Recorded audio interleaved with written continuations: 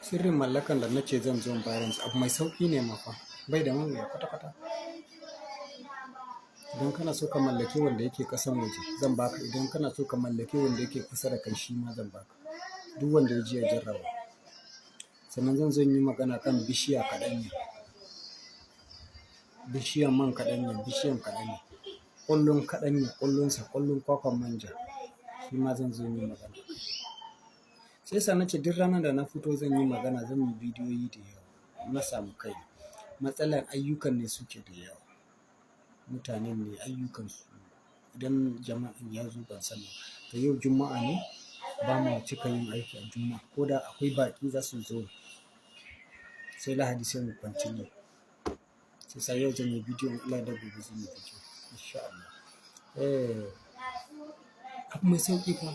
In dare yayi, in dare yayi, ai kyankyaso suna fitowa suna yawo. Ba na cikin bayan gidan ka ɗauki na cikin bayan gida ba zai yi ba sai wanda ya fita waje yana yawo.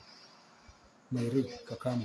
Don Allah ka kira sunan mijin da kake so ka mallaka ko kuma macen da kake so ka mallaka ko kuma baturen da kake so ka mallaka ko kuma baƙin fatin da kake so ka mallaka ko kuma balarabin da kake so ka mallaka. Kai ko bayahude ne in kana so ka mallaki mutumin, ka kira sunansa a jikin wannan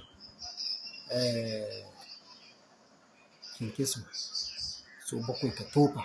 Ka ga ya Allah wane kaza nake so in mallaka ko wacce kaza nake so in mallaka. So bakwai ka tofa sai ka nemi wani dutse mai nauyi ka ajiye kyankyason sai ka ajiye dutsen a kai ka je ka zauna. Billahi lazi minti 5 yayi yawa. Sai mai shi ya kira ka a waya. In bai same ka ba ransa ne zai ga kamar wani abu ya danne zuciyarsa. Kyankyaso yana. Akwai wani hanyar kyankyaso bana son bayarwa. In ba haka ba in ka yi wannan abun ka saka wannan abun kai ka caka mai allura wanda ka cakawa zai ji a jikinsa. Ai da shi Mustapha suke aiki. Za ka zo ne kawai ka ji wani guri yana cak yana ma ko kuma akwai aikin da ake yi kyankyason za a ɗauka a saka a cikin wannan abun. In kyankyason ya shiga cikin ka abubuwa ƙwari haka masu tsafi waɗanda za su ga cikinka za su ga ta waje. Kyankyaso da kwaɗo. Kwaɗo mai gajeren ƙafan nan. Su biyu ne.